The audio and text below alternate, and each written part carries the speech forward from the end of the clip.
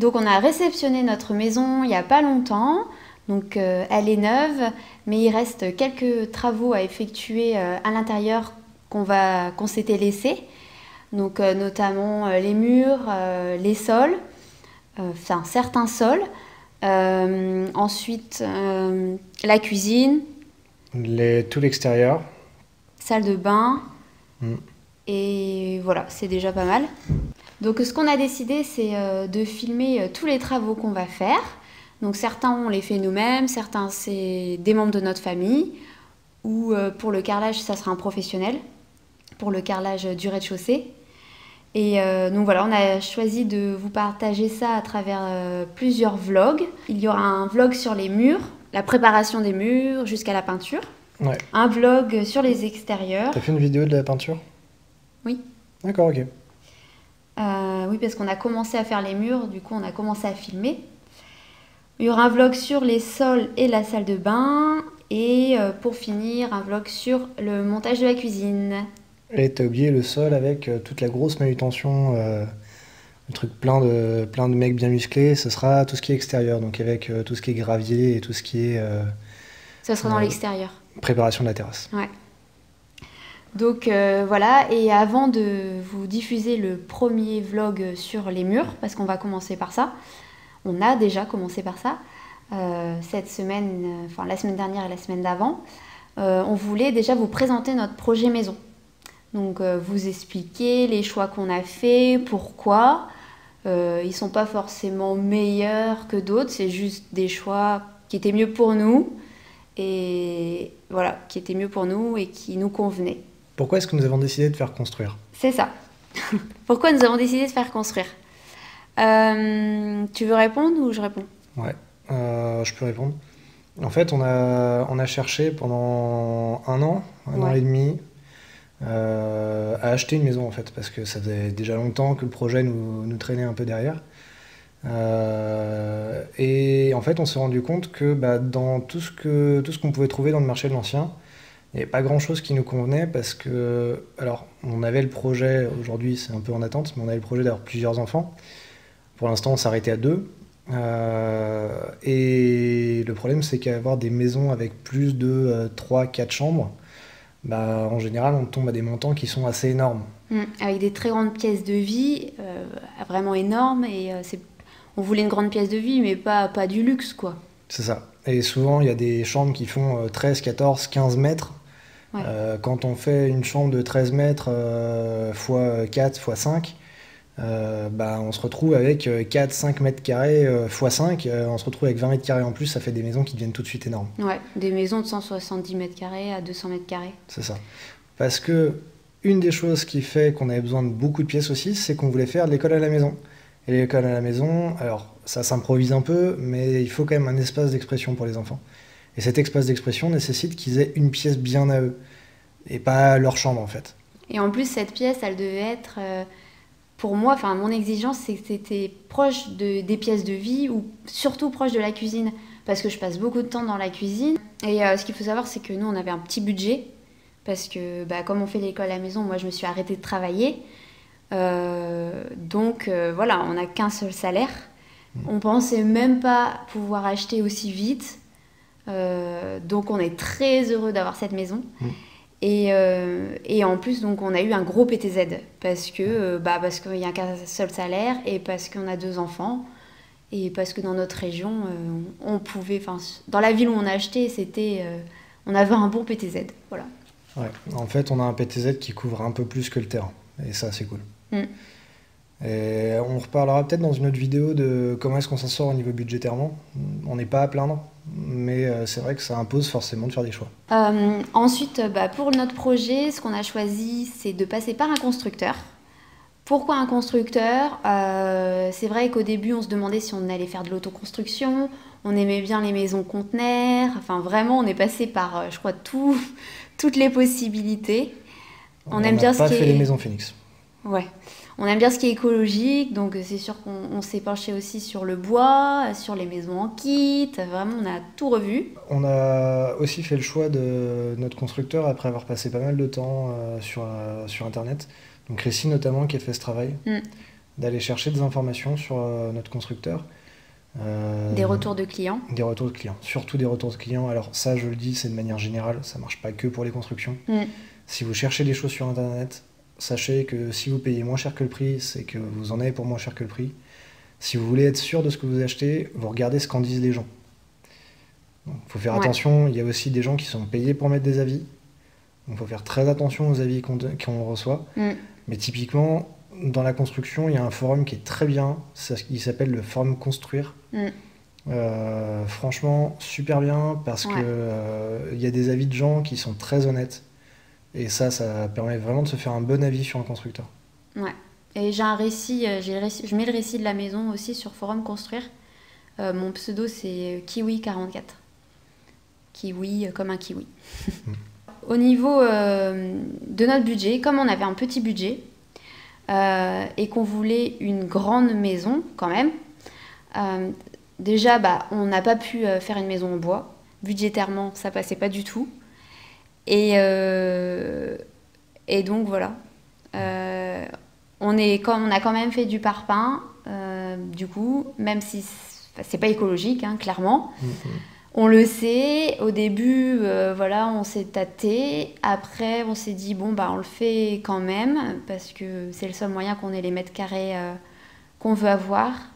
Mais en contrepartie, on fera d'autres choses qui sont écologiques pour un peu rattraper le coût qu'on fait à la planète.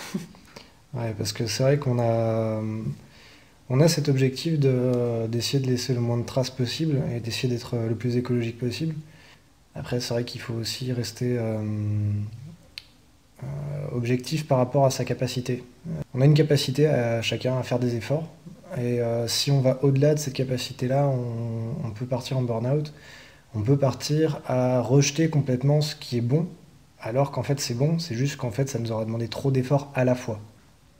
Et c'est vrai qu'esthétiquement, d'extérieur par exemple, notre maison est très simple, parce qu'on a privilégié l'intérieur à l'esthétique extérieure, parce que on n'avait pas le budget. Et aussi que c'était pas notre objectif. Ouais, après, je pense que si on avait eu l'argent, on aurait peut-être fait des petites différences. Par exemple, le petit auvent là devant, on aimait bien. Ouais, mais... Enfin bref. Mais du coup, on a rentabilisé au plus les mètres carrés. Et en fait, je vous mettrai dans la vidéo donc, le plan de constructeur de base. Voilà, il y a des cloisons avec un garage. Donc il y avait une chambre parentale, une petite salle d'eau. Et du coup, nous, ce qu'on a fait, c'est que à la place du garage, on a inversé le plan, parce que le garage qui était devant, on l'a mis derrière. Et du coup, on a fait la salle d'école à la maison à la place du garage. On a rajouté un cellier et on a fait une plus grande salle d'eau au milieu. Et au niveau de l'espace de vie, on a fait une petite verrière. Hein. En gros, c'est un espace de vie délimité par un mur bas et une verrière. Moi, ça me tenait à cœur d'avoir des espaces délimités, mais à la fois ouverts entre la cuisine et le séjour. Et ce qu'on a fait aussi pour gagner des mètres carrés, c'est qu'on a mis la salle à manger dans la cuisine. Parce que notre table de salle à manger, en fait, va s'intégrer dans notre cuisine, qui est un grand L. On a voulu vraiment personnaliser nos espaces, en fait. On a voulu que tous nos espaces ressemblent à quel est l'usage qu'on va en faire, plutôt que d'avoir des espaces qui sont définis parce que par convention, ça existe. On voulait que la salle à manger ressemble à ce qu'on aime, que le salon ressemble à ce qu'on aime. Et en fait, on a vraiment construit le plan de la maison par rapport à un projet de vie. Ouais. Et pas l'inverse. On s'est vraiment imaginé vivre dedans. Moi, j'ai fait tous les plans sur Cozy Casa. 4, 5, 6 fois. Ouais, franchement, on a refait 1 million de fois la cuisine. À la base, on voulait même 2 salons. Un salon télé et un salon réception. Après, on s'est dit non, ça rentre pas dedans. Puis on préférait un cellier. Alors, ce qu'on a fait, c'est qu'on a triché. On a fait un salon qui se transforme en salon télé. C'est ça, avec un vidéoprojecteur. Et on a mis du coup un cellier avec une porte extérieure pour qu'il soit plus tard relié au garage. Ouais. Donc on a vraiment déjà prévu l'emplacement du garage parce qu'il faut y penser par rapport aux limites de terrain, par rapport au PLU, Ouais. par rapport à la distance de la voie. Ça, c'est quelque chose auquel il faut penser dès maintenant si vous êtes en train de faire un plan de maison. C'est que le PLU, il peut changer, mais il y a de fortes chances que ce soit vos plans qui changent. Donc pensez bien à réserver de la place pour avancer un peu le garage ou faire même un auvent. Un auvent, ça rentre dans les limites de propriété, donc il faut faire très attention à ce genre de choses. Dès qu'il y a un trou, en fait. Ouais. Avec ce constructeur, ce qui était bien, c'est qu'on a pu bouger toutes les cloisons. Donc, ce qui n'est pas le cas avec tous les constructeurs, parce qu'on en avait vu d'autres que je ne citerai pas, et où on n'avait par exemple pas le droit de bouger les points d'eau. Donc là, pour moi, c'est rédhibitoire, quoi. Enfin... Bah, c'est rédhibitoire dans notre projet. C'est-à-dire qu'on pour avait nous, un projet. c'était... Oui, parce que sinon, on ne pouvait pas s'adapter à ce qu'on voulait. Donc les autres choses qu'on a privilégiées, c'était les mètres carrés du terrain. On a un terrain de 800 mètres carrés à peu près. Non. 900. 870. 870. Presque 900, ouais. Donc voilà, on voulait un grand terrain pour avoir un potager. On voulait obligatoirement une exposition sur le potager sud ou sud-ouest ou sud-est, voilà. Enfin, ouais, orienté sud. Voilà. Ensuite, ce qu'on a privilégié, c'est les ouvertures au sud. Et du coup, on a très peu d'ouvertures en façade de maison. Ouais. Juste un truc sur le potager, parce qu'on n'a pas besoin de 900 mètres carrés de potager. Non. En fait, c'est on préférait être un peu tranquille et à la campagne et que nos enfants aient de l'espace pour jouer plutôt que d'être plutôt en centre-ville pour leur permettre d'aller dans les parcs. Du coup, on a prévu d'avoir un espace dédié pour que les enfants puissent aller jouer dans notre jardin. On a donc un espace pour le potager. Et après, en fait, en comptant l'emplacement de la maison, le garage, l'assainissement. Parce que comme on fait de la phytoépuration, ça prend de la place sur le terrain. Beaucoup de place, là, ça prend 25 mètres carrés. C'est pas énorme, mais... sachant qu'il y a les limites en plus à respecter. Et les autres choses aussi qu'on a privilégiées sur l'achat du terrain, c'était pas loin d'une grande ville. Donc on est à 20 minutes d'une grande ville. Ça, c'était très important pour les trajets d'Arthur pour le travail. Ouais. On est à la campagne, mais on n'est pas paumé. Voilà, il y a des gens autour de nous et il y a un super U. Et on est dans une impasse parce que moi, je voulais pas qu'on soit sur une grande route avec les voitures qui vont vite à 80, les enfants, et on a 2 chats, donc moi j'avais trop peur qu'ils se fassent écraser. Donc là, on est dans une impasse, c'est parfait. Et aussi, ce qu'on a regardé, c'est ce qu'il y avait autour. C'est-à-dire que s'il y avait eu des champs avec des pesticides, c'était non. On a aussi regardé les couloirs aériens. Ouais, parce qu'il y avait un aéroport en projet de construction. Ouais, ça sert à rien de cacher les choses. On était plus ou moins sur le trajet de Notre-Dame-des-Landes.